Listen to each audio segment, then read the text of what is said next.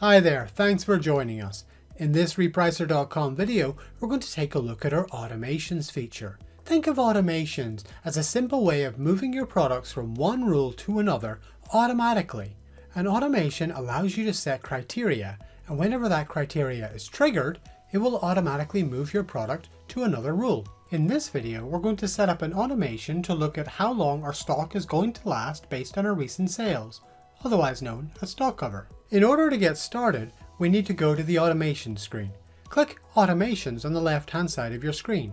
Then we're going to create a new automation. Choose the option right here. The first thing we need to do when creating a new automation is to give it a name. Be as descriptive as possible. Then we need to choose a channel. If you do want to put an automation on more than one channel, you would need to create an automation for each. With our name and channel set, we move on to the Triggers tab where the magic happens. From our trigger list, we choose Stock Cover. For Stock Cover, there are 3 separate options we fill in.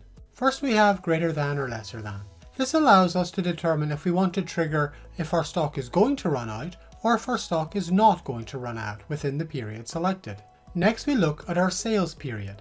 For the sales period, this is the period of time we're going to look at the average number of sales when determining how many sales we expect to sell in the future. And finally, we're going to enter the number of days we want to ensure our stock is going to last. Okay, so I know this is a bit difficult to get our head around, so we're going to work our way through a worked example. So we're going to set it up like this: lesser than, 90-day order period, and 7-day stock cover. Our product example has sold 500 units over 90 days. That breaks down to 5.5 units each day. If we multiply that out over a 7-day period, that's 38.5 units sold, or 39 for the sake of argument. That means that this automation is going to assume that you're going to sell 39 units over the next 7 days. If you were to have more than 39 units in stock, this automation would not trigger. However, if you were to have less than 39 units in stock, it would trigger, as you would be expected to run out of stock within the next 7 days. So again, I know that one's a little hard to get your head around, but I'm sure you can see how powerful this is when it comes to ensuring that you don't run out of stock.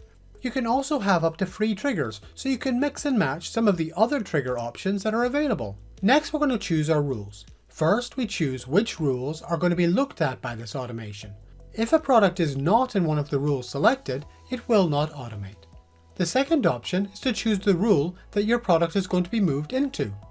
With those selected, we have our final option: what happens when the automation no longer triggers. You can choose to either stay on that rule or revert back to the previous rule. We'll leave the setting to move back to the previous rule. Next, we're going to move on and have a look at our Timings tab. Our Timings tab gives us a bit more control over when and where our automations are going to trigger. The first option is Lock Period. This basically allows you to lock your products so they cannot automate again for a while. As an example, you can set it to lock your product for 7 days if this automation is triggered. That does mean if another automation were to trigger, it wouldn't apply. You can also use Break Lock Period to say that this automation should ignore any products that have already got a lock period applied. Our next option, Start and End Dates, are pretty self-explanatory. You can tell Repricer to only apply this automation between the chosen dates. This is perfect if you want to set up an automation to work during a seasonal period. And when you're done, simply review and save your automation. And it's done. Your automation has now been created. Our automations run on a regular basis, so you should see any products that this would apply to automating shortly. And that's just one of the many things you can do with automations. Why not have a look at some of the others we have here on the channel? If you haven't yet started your trial with Repricer, we offer one free for 14 days, no credit card required. Or why don't you get in touch and book a demo with one of our helpful team? Thanks for joining me today and have a great day.